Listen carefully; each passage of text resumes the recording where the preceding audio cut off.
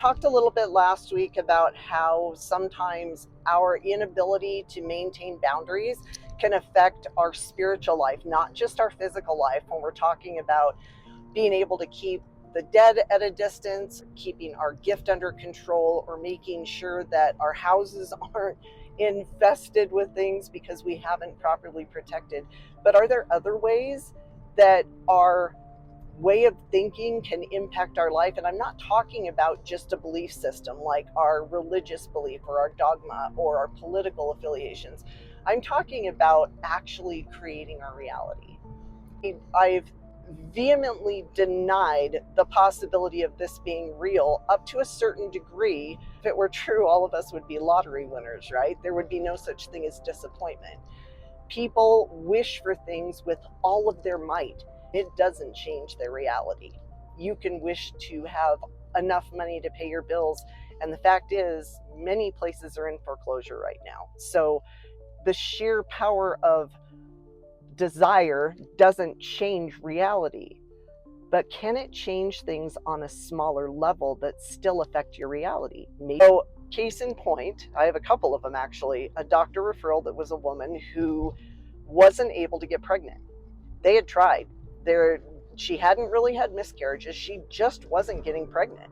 She and her partner were both tested. There was nothing physically preventing the pregnancy. And one of the doctors that I work with that she went and saw recommended that she come and see me. I'm doing doctor referral clients that have a physical problem they're trying to link to something spiritual. I use muscle testing as a way to try to narrow down where this was. Her muscle testing was really interesting because what it was going back to was that some part of her didn't feel ready to be a parent. Something inside of her, even though she wanted a baby with all of her might, was afraid that she wasn't going to be a good mother. That was what was hindering her ability to get pregnant. That deep-seated fear that she would fail at motherhood and ruin another human being. Her body was rejecting all attempts to create a baby. Because this had been a subconscious process for her up to that point, there wasn't a way for her to address it until we started talking about it. Then she was able to go into therapy and start to work on where did this come from, acknowledging what it was. By acknowledging it, start to undo whatever that system was that she had set up inside of her psyche that was rejecting the ability to get pregnant. I've mentioned that I don't often get to follow people for long. I meet them for a brief amount of time. They get what they need from our interaction. If things don't work out, usually they call me back. We continue to work together until we feel like they've gotten an answer to what it is they need to get an answer for.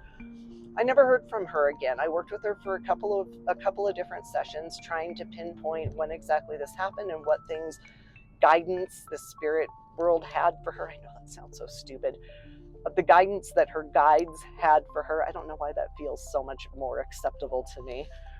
She went forward in her life, but there are ways that we do limit our ability to move forward psychologically or emotionally or even physically in the ordinary realm. Having that ability to also impact our after death experience based on what it is we believe or don't believe is possible. So having some doubt in that area seems to be all that's needed for us to be able to move forward into whatever it is that comes next.